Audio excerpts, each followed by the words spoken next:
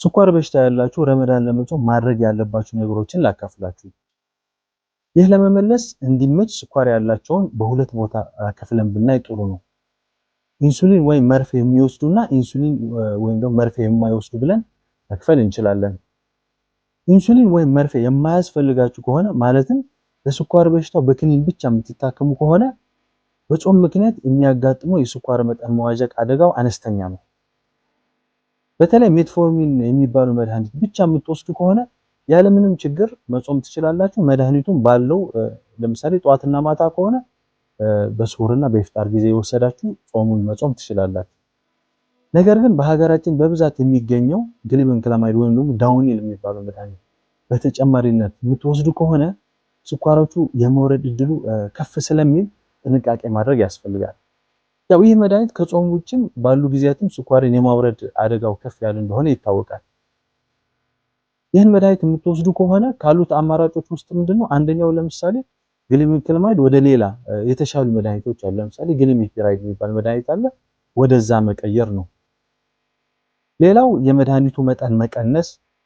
ሌላው ሶስተኛው አማራጭ ደግሞ መድኃኒቱ ለምሳሌ ጠዋት የምትወስዱ ከነበረ ወደ ማታ መቀየር ያስፈልጋል። የትኛው አማራጭ ይሻላል እንዴት ይደረግ የሚለውን ከሚከታተላችሁ ሐኪም ጋር ተነጋግራችሁ ቢሆን የተሻለ ነው። ሁለተኛው ኢንሱሊን ወይም መርፌ የሚወስዱ ታማሚዎች ናቸው።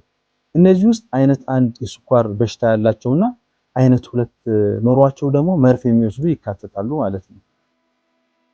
ኢንሱሊን ወይም መርፌ የምትወስዱ ከሆነ በጾም ምክንያት የስኳር መውረድና የመጨመር አደጋችሁ ከፍ ያለ ስለሆነ ጥንቃቄ ማድረግ ያስፈልጋል።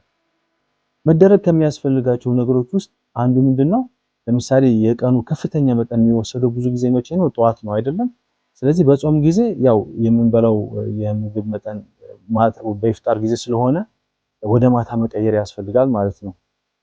ሌላው ደግሞ የኢንሱሊን መድኃኒት በተወሰነ መልኩ መጠኑ መቀነስ ነው።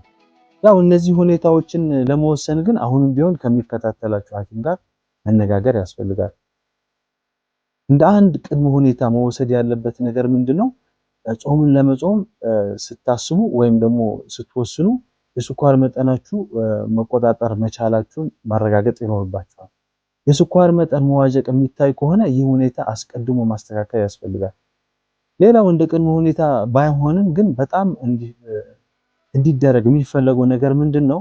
በቀን ውስጥ በተደጋጋሚ የስኳር መጠን ለመለካት የሚያስችል የስኳር መለኪያ መሳሪያ መኖር ነው። ይህ ደግሞ አደገኛ የሆኑ የስኳር መውረድም ሆነ የስኳር መጠን መጨመር ቶሎ እንድናውቅ ይረዳናል ነው።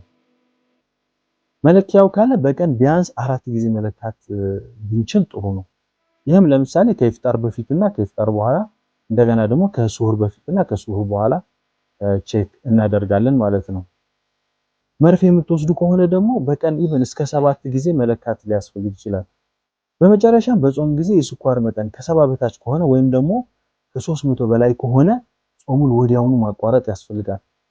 ሌላው የስኳር መውረድ ስሜቶች ለምሳሌ ከፍተኛ የሆነ የረሃብ የማለት ስሜት፣ ማላብ፣ መንቀጥቀጥ፣ ለምሳሌ እጅ መንቀጥቀጥ ካለ ይሄ ደግሞ ያው የስኳር መውረድ ምልክቶች ስለሆኑ ወዲያውኑ ጾሙን ማቋረጥ ያስፈልጋል።